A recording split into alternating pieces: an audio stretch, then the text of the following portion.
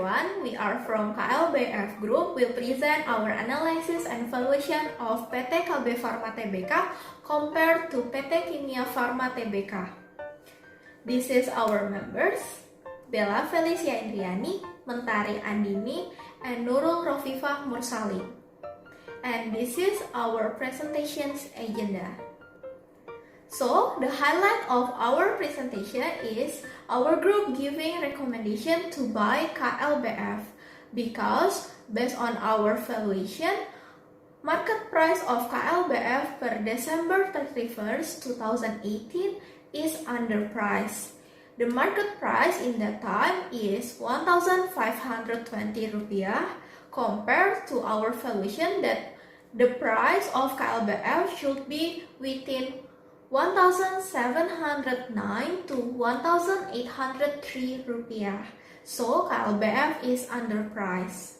Our other supporting arguments is KLBF have better performance, higher probability to have more growth, and higher value but cheaper price. In this slide, you can see first that KLBF market share in Indonesia pharmaceutical market share is bigger than Kimia Pharma, almost 3 times bigger.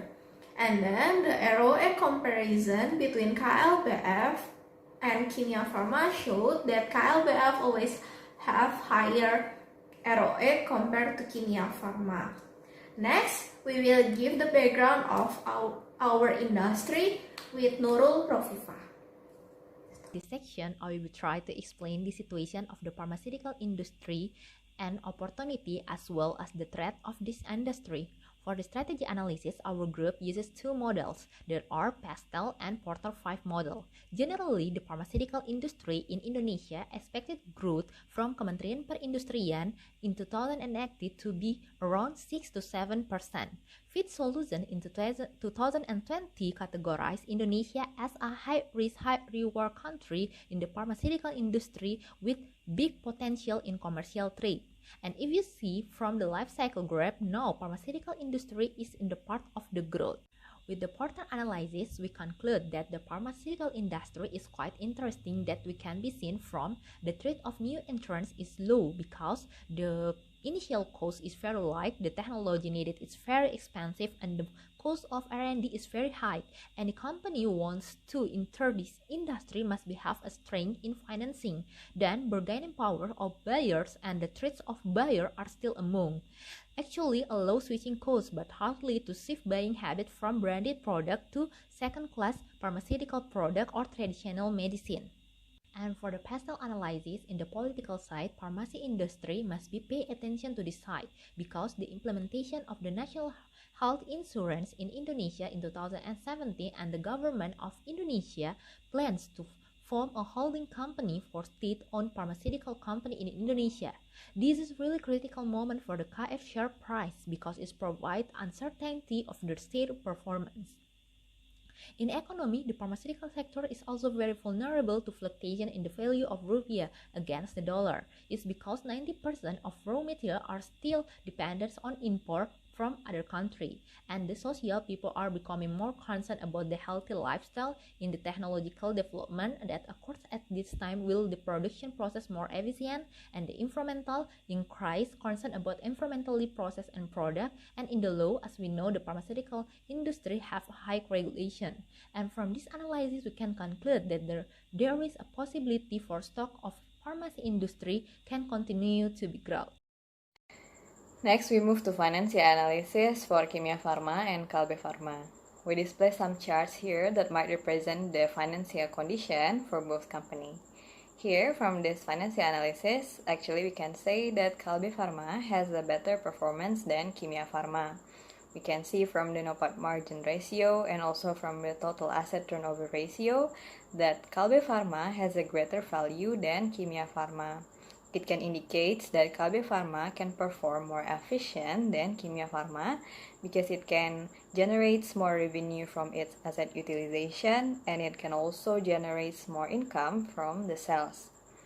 We also display the COGS and SGA expense ratio here because COGS and SGA are the costs that dominate the most for both companies, especially for the COGS that both companies still import the raw materials from abroad, so the cost of raw materials might dominate the COGS.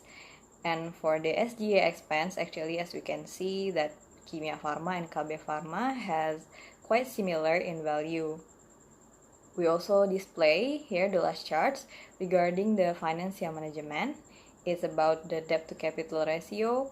We can see here that Kimia Farma has a greater value for debt to capital ratio than Kalbe Farma. It is of course because Kimia Farma has a greater value of debt, and actually this lower debt to capital ratio for Kalbe Farma is a good condition because we assume that it can grow more in the future because it still can afford more financial resources in the future as it can still add more debt to its financial structure. And the last part is our valuation. So we are using two methods, relative valuation and equity valuation. For relative valuation, we are using price multiples, which are PE ratio and PBV ratio. PE ratio of Kalbe Farma is lower than Kimia Farma. It means that Kimia Farma is more expensive, even though PBV of both companies is similar. And then the second method is equity valuation. For equity valuation, we are using three approaches, which are annual approach, discounted cash flow with FCFE, AP and APG approach, and discounted cash flow with FCFF approach. For Kalbe Farma, all of the approaches giving the same conclusion, which are Kalbe Farma price is underpriced. However, a different case is happened to Kimia Farma. Kimia Farma price using annual approach is overpriced, but using discounted cash flow, both approaches giving the conclusion that Kimia Farma is overpriced. Therefore, it means that the performance of Kalbe Farma based on our valuation is better. And the second method is equity valuation. So for the equity valuation, we are using three approaches. Annual approach, discounted cash flow with FCFE, AP, and APG, and discounted cash flow with FCFF. For Kalbe Farma, all of the approach giving the same conclusion that Kalbe Farma price is underpriced. However, a different case is happened for Kimia Farma, that using annual approach, Kimia Farma is underpriced, but using discounted cash flow, both methods, that Kimia Farma is overpriced. However, our group stick to the discounted cash flow methods results because in annual approach, equity value of Kimia Farma is higher because of present value of tax shield Kimia Farma is high. Therefore, it shows that Kimia Farma is also a risky company with higher debt compared to Kalbe Farma. This is our presentation with the recommendation to buy Kalbe Farma. Thank you.